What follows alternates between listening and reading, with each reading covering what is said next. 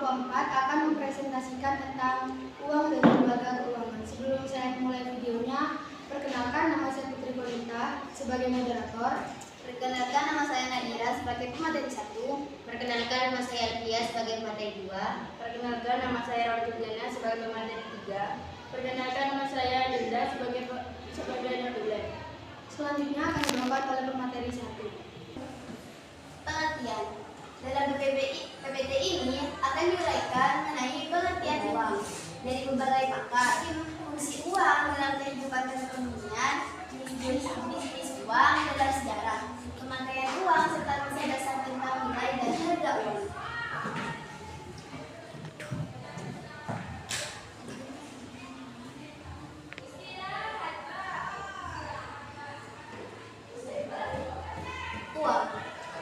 Uang dalam ilmu ekonomi tradisional sering didefinisikan sebagai setiap alat tukar yang dapat diterima secara umum.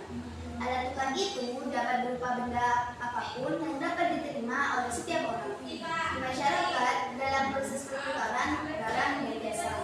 Sementara dalam ilmu ekonomi modern, uang didefinisikan sebagai sesuatu yang tersedia dan secara umum diterima sebagai alat pembayaran bagi pembelian barang-barang dan jasa-jasa serta kekayaan berharga lainnya, serta untuk pembayaran hutang.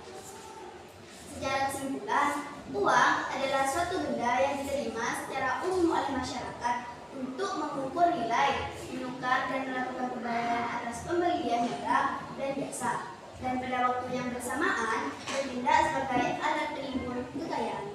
Selanjutnya akan dilanjutkan oleh pemateri 2. Fungsi asli uang.